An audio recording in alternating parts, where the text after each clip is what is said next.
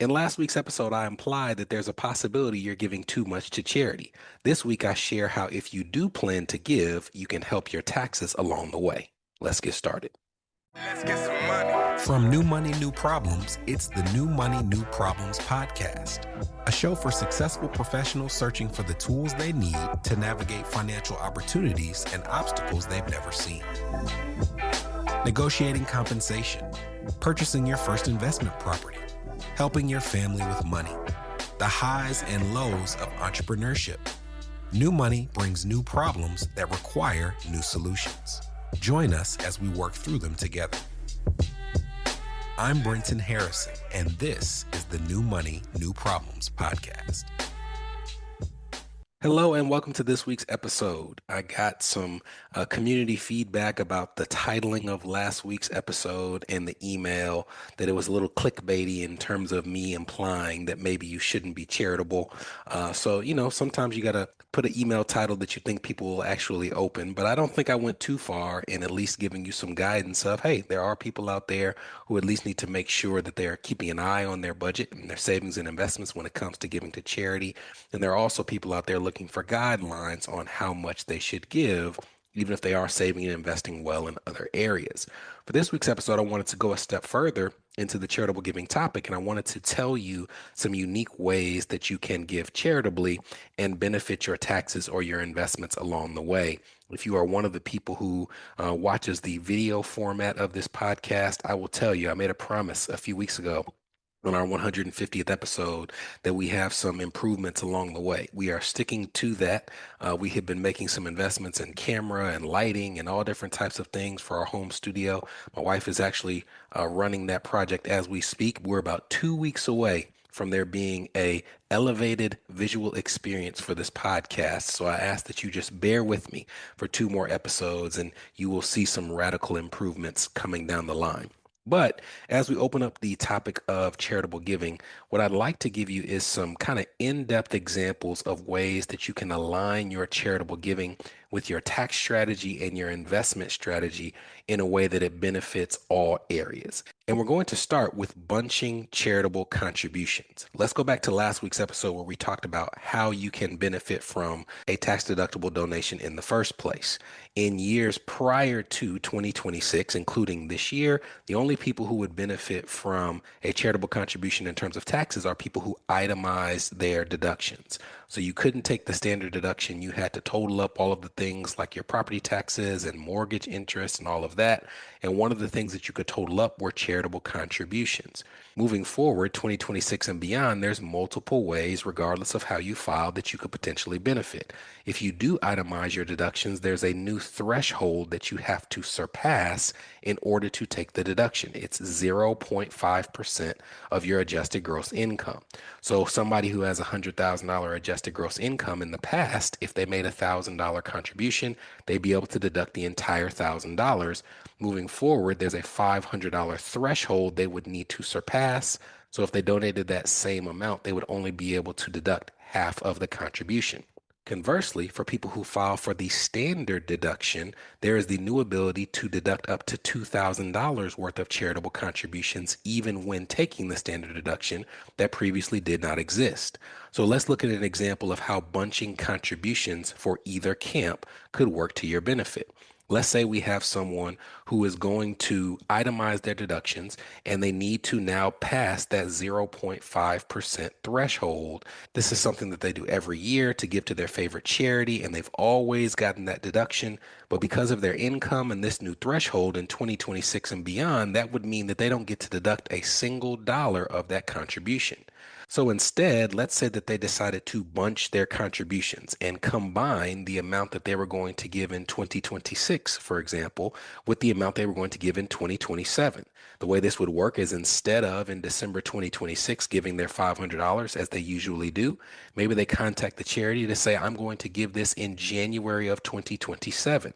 Now they're able in the same year to give their typical $500 donation at the end of the year. But because they gave $500 at the beginning of the year as well, they have now cleared that threshold in a way that they wouldn't have prior. And they're now able to use that deduction because of the bunching strategy. Now, that's talking about 2026 when you're trying to clear the threshold, but there are people who are doing bunching in 2025 when there is no threshold that exists. For example, if you're that person who is going to give $500 in 2025 and 2026, maybe you consider giving $1,000 in 2025 when you can take the full deduction for the $1,000, knowing that there's going to be a new threshold in 2026 that will impact your deduction. Next up is donating appreciated property. And property could be several forms of property. It could be stocks and bonds, mutual funds, exchange traded funds. And the example that we're going to use is we're going to assume that you bought 10 shares of stock that was worth $1,000 when you purchased it. And it's gone up 50% in value. So your initial $10,000 investment has grown to $15,000. That is an appreciated stock. Now, when it comes to selling property for a gain, you need to be aware as a high income earner what taxes you may be subject to upon that sale. So in our example, if you sold the entire $15,000 worth of stock, 10,000 of it was the return of your basis, the return of your original contribution, but $5,000 of that sale was gain. It was the appreciation of that investment. Now, short-term capital gains rates are the same as your ordinary income rates. And that's important because ordinary income rates, especially for a high income earner, are often higher than long-term capital gains rate. For example, let's say we have a couple that files their taxes married filing jointly and they have a $300,000 income. If they had a long-term capital gain, meaning they'd held that investment for at least a year and a day, they're going to pay 15% in capital gains tax. But if it's a short-term capital gain at their ordinary income rate, you will see that at that $300,000, it's 24%. So the difference between selling it before a year and a day and after a year and a day is the difference between them paying 15% in taxes and 24% in taxes, which is why there needs to be some planning involved for when you sell appreciated property. But that's not the only tax that they may be subject to as a high income earner. There's also the additional Medicare tax, where for singles above 200,000, for couples married filing jointly above 250,000, you owe an additional 0.9% on all of your income above those levels. And investment income, like a capital gain, is considered in that amount. You also have the net investment income tax. It's the same amount in terms of who's subject to this tax, but that's an additional 3.8% on income that's earned from an investment nature. That's things like the interest on your bank accounts. It's also things like your investment income when you sell an asset at a gain. So there's a lot on the line when you sell an asset in terms of taxes. You could owe short-term capital gains tax, long-term capital gains tax, you could owe additional Medicare tax, and you could owe the net investment income tax. But what if there was a way to avoid all of those taxes by, instead of selling an asset for a gain, donating that asset to a nonprofit entity? And that's something that can be done.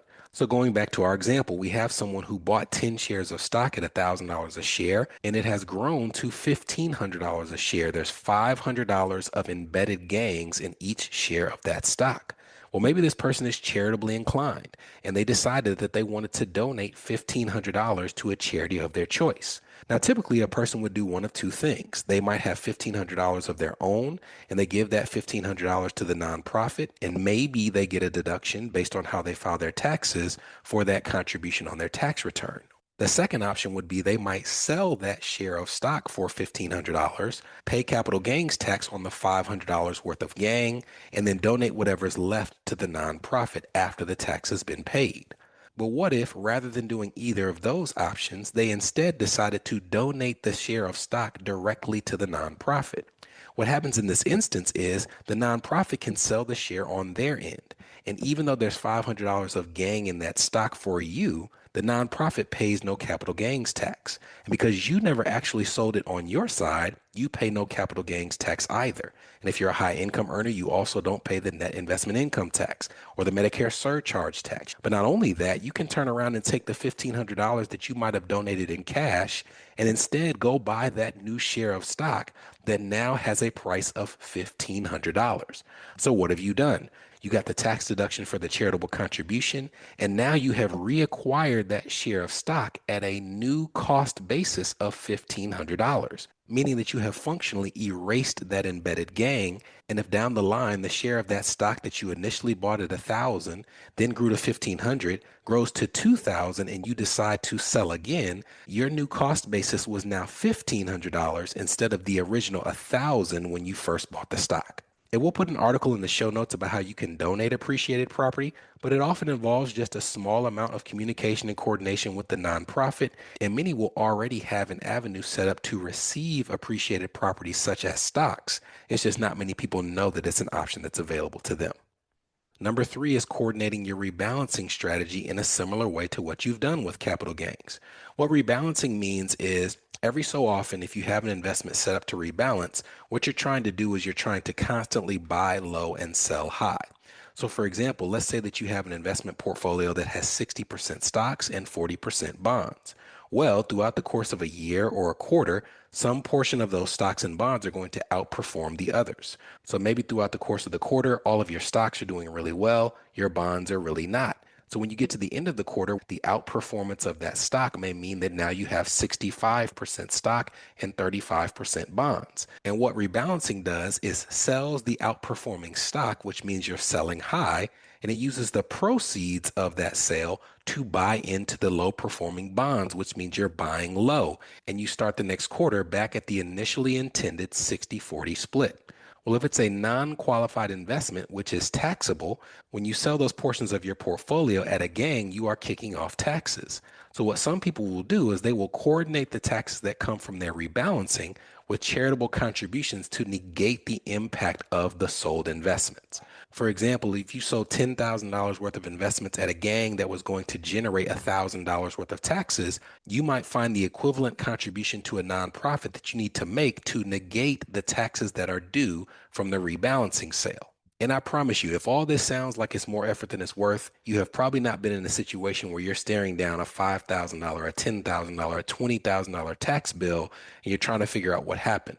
But when you take into consideration all of the things that can lead to an additional tax bill, like the under withholding of your income or bonus income or restricted stock or not paying quarterly taxes, these are the small things that you can do throughout your charitable giving and your investments that can make a substantive difference if you have a coordinated plan.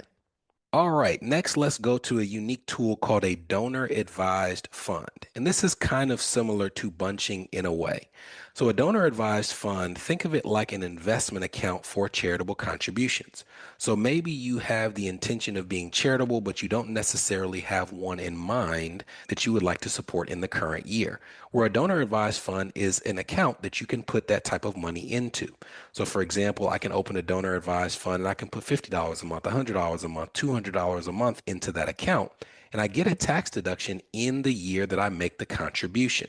So even if I don't have a charity to which I plan to contribute in 2025, if I put $1,000 into my donor advised fund, from a tax perspective, it looks like I have already donated $1,000 to a nonprofit.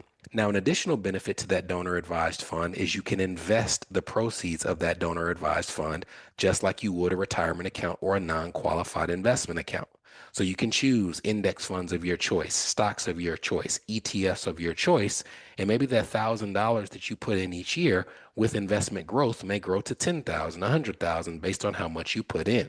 Now, at some point in time, you're going to say, hey, I've found the institution that I plan to support. And directly from that donor advised fund, you can make a charitable contribution. So maybe in the year 2025, you put in $1,000 and you invest that $1,000 in your donor advised fund. And in the year 2025, you get a deduction for a charitable contribution. You never actually distribute the money to a nonprofit in 2025, and you don't do it in 2026 either. And in 2027, that $1,000 that was invested has now grown to $1,500, and you find a charitable organization in that year that you plan to support. Well, you can go to your donor advised fund and you can have them cut a check or make a contribution to that charitable organization in 2027, 2 years after you both made the initial contribution and 2 years after you got the deduction for the charitable contribution as well. And pretty much any institution where you would open a non-qualified brokerage account also offers donor advised funds. Places like Fidelity, places like Vanguard, places like Charles Schwab are all places where if you decide this is the type of strategy that will both help my taxes, but also allow me to potentially give more to charities down the line by having the ability to invest those funds and hopefully see some growth, then a donor advised fund could be an option for you. What I hope that you're picking up from this episode is that there are some episodes that we do that are more high level. There are other episodes where we get more down in the details. And I always am trying to struggle with the balance between the two. But what I'm hoping that you're picking up is if you have made a significant commitment in your life to be charitable, that there are unique strategies to do so in ways that benefit other areas of your finances. So whether you're giving for religious reasons or you just really, really care about a certain cause about which you're passionate, these are some tips and strategies that you can use along the way.